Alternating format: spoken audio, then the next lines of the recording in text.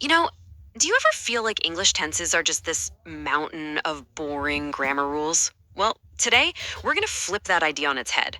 We're about to go on a journey, a little trip to see the 12 English tenses not as rules to memorize, but as these amazing tools that actually let us travel through time with our words.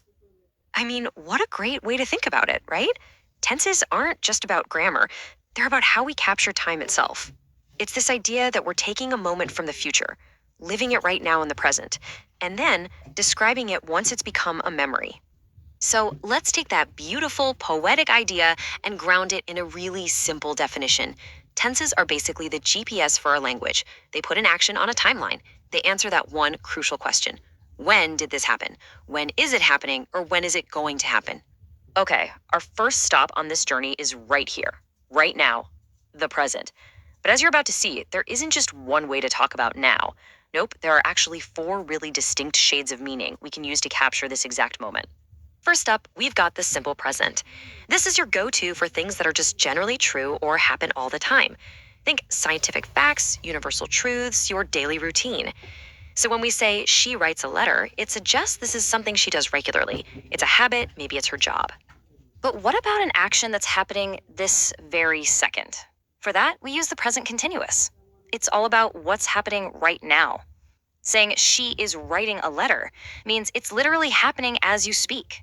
So let's kind of peek under the hood and see how these sentences are put together. Okay, so here's the basic formula. For a positive or assertive statement in the simple present, you've got your subject plus the basic form of the verb, we often call that V1, and you just add an S or ES for she, he, or it. That little S on writes is the key. That's the signal. Now, here's where it gets kind of interesting. To make that sentence negative, you don't just tack on the word not. The whole structure actually shifts. We have to bring in a helper verb like does not. And notice what happens. The main verb, write, drops the S and goes right back to its original form. It's a neat little transformation. Next up is a tense that acts like a bridge between the past and the present perfect. It tells us about an action that started back then, but it just wrapped up, and the result is happening now. She has written the letter, means the job is done. The letter is ready. Now compare that to this one. The present perfect continuous also kicks off in the past, but, and this is the huge difference, the action is still going on. She has been writing a letter tells you she started a while ago, and guess what? She's not done yet. The focus here is all about that ongoing duration. All right, we've pretty much covered the present. So let's fire up our little time machine and head backwards. It's time to check out the four tenses we use to talk about everything that's already happened. This is your workhorse. The simple past is for pretty much any action that started and, more importantly, ended at a specific point in the past. The rule is super simple. You just use the past tense form of the verb, or V2.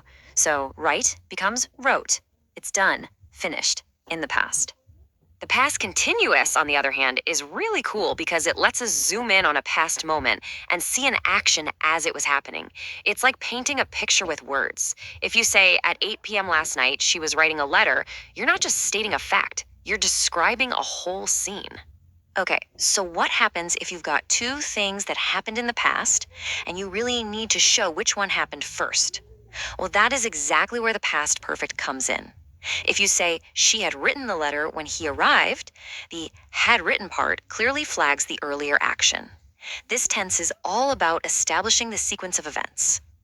And this one is fantastic for showing the duration of an activity that was happening right up until something else happened. She had been writing for an hour when the phone rang. See, it tells us exactly how long the writing was going on before it got interrupted. It just adds so much richness and context to the story. All right, time for our final jump. Let's look ahead. How do we talk about stuff that hasn't even happened yet? Well, English gives us four really precise tools to plan, to predict, and to speculate about whatever is coming our way. This is the most straightforward, classic way to talk about the future. It's a prediction or maybe a statement of intent. And building it is easy. You just pop will or shall in front of the main verb. She will write a letter. It's a clean, direct statement about something that's gonna happen. Just like its cousins in the past and present, the future continuous lets us imagine a snapshot in time. We're picturing an action in progress at some specific point in the future. So, tomorrow morning isn't when she'll start or finish, it's when she'll be right in the middle of writing. Now, this one is really fun.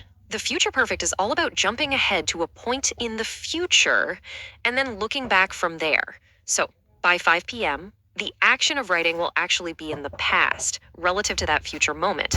It's all about setting a future deadline for when something will be done. Okay, this last one, the future perfect continuous, can seem a little tricky. But the key difference between it and the future continuous almost always comes down to one thing: duration. He will be distributing sweets. That's future continuous. But by noon, they will have been traveling for 2 days. That adds the time reference, making it future perfect continuous. It's all about emphasizing how long something will have been happening by a certain point in the future.